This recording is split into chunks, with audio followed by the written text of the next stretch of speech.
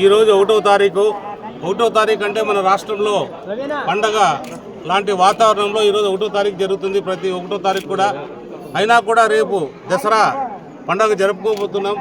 ప్రజలందరికీ మా ముఖ్యమంత్రి చంద్రబాబు నాయుడు గారు, అలాగే పవన్ కళ్యాణ్ గారు, అలాగే నారా లోకేష్ గారు ముగ్గురు కూడా ప్రజల దగ్గరికి వెళ్ళి ఏదైతే ఉన్నాయో పెన్షన్ సంబంధించి ప్రతి కుటుంబానికి అందేటట్టు చూడండి అని చెప్పారు.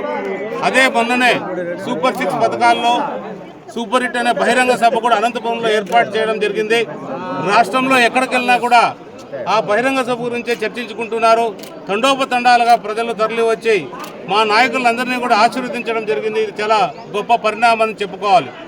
ఎందుకంటే గడిచిన 16 నెలల నుంచి కూడా ప్రజల కోసం తప్పిస్తున్న మా ముఖ్యమంత్రి గారు, అలాగే పవన్ కళ్యాణ్ గారు, అలాగే నారా లోకేష్ గారు ప్రతిరోజు కూడా ప్రజలు ఎలా ఉండాలి, ఏ రకంగా హామీలు నెరవేర్చాలి, ఏ రకంగా మనము డబ్బులు తీసుకురావాలి. ఎందుకంటే గడిచిన 5 ఏళ్లలో మీరు ఒకటే చూస్తున్నారు. ఇప్పుడు మీరందరూ కూడా ప్రత్యక్షంగా మీరు ఈ గ్రామంలోనే చూస్తున్నారు. ఈ గ్రామంలో సమస్యలతో ప్రతి ఒక్క వ్యక్తి కూడా వచ్చి విన్నపించుకుంటున్నారు.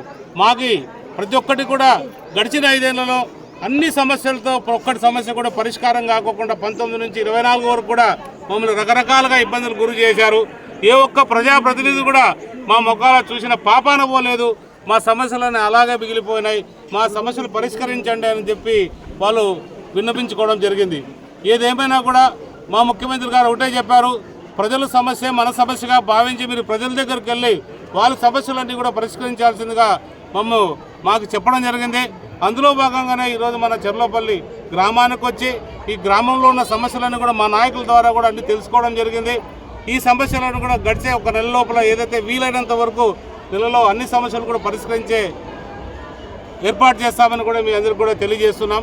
ఏదేమైనా కూడా ప్రతి ఒక్కరికి దసరా శుభాకాంక్షలు, విజయదశమి శుభాకాంక్షలు.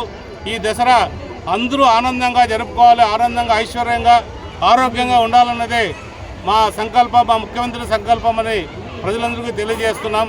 అందరికీ దసరా శుభాకాంక్షలు తెలియజేస్తున్నాం.